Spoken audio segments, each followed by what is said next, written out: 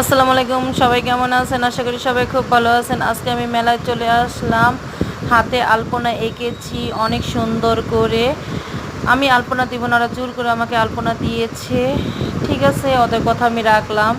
মেলাটা এখন চারিদিকে আমি ঘুরে ঘুরে দেখব, কিছু জিনিস কিনবো, তারপর খাওয়া দাওয়া করবো। খাওয়া দাওয়া করে বাসায় চলে যাব। আজকে শরীরটা এবং মনটা কোনোটাই ভালো ছিল না, তাই কোনো রকম নর্মালে বাসা থেকে বের হয়ে গেলাম। মেলায় এসে খুব ভালো লাগলো সবাইকে দেখে। এত সুন্দর সুন্দর মানুষের পহেলা বৈশাখে সাজ দিয়েছে। এই সাজগুলো দেখে এবং বাচ্চাদের হাসি খুশি দেখে আমার কাছে এতটা ভালো লাগলো যা বলার বাহিরে। আমার কাছে মনে হচ্ছে এটা ঈদ, ঈদের চেয়ে বেশি আনন্দ হচ্ছে পয়লা বৈশাখে। ঈদও মনে এত আনন্দ আমি করি নাই, এত ভালো লাগে নাই। এইখানে আসার পর যে আনন্দটা আমি পেয়েছি, এটা আমি হালকা পাতলা সিম্পলের ভিতরে একটু সাজ দিয়ে বের হয়ে গেছি।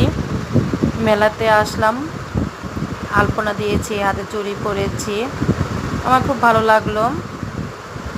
এবারকার পয়লা বৈশাখ ঢাকা বিশ্ববিদ্যালয়ের দিকে যাওয়ার ইচ্ছা ছিল, কিন্তু সকাল থেকে মনটা ভালো ছিল না, তাই চিন্তা করলাম এই পাশে যেটা আছে উত্তরাতে, এখানেই চলে গেলাম। এখানে এসে একটু ঘোরাঘুরি করলাম, তারপর বাসার দিকে চলে যাব।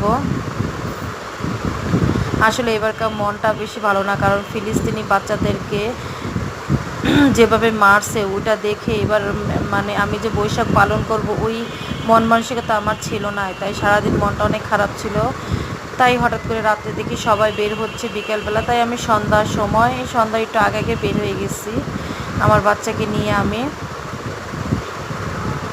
এখন এখানে একটু ঘুরবো, চারিদিকে ঘুরে টুরে খাওয়া দাওয়া করবো। খাওয়া দাওয়া করে বাসার দিকে রওনা দেব। এটা হচ্ছে আমার নতুন ইউটিউব চ্যানেল। যারা আমাকে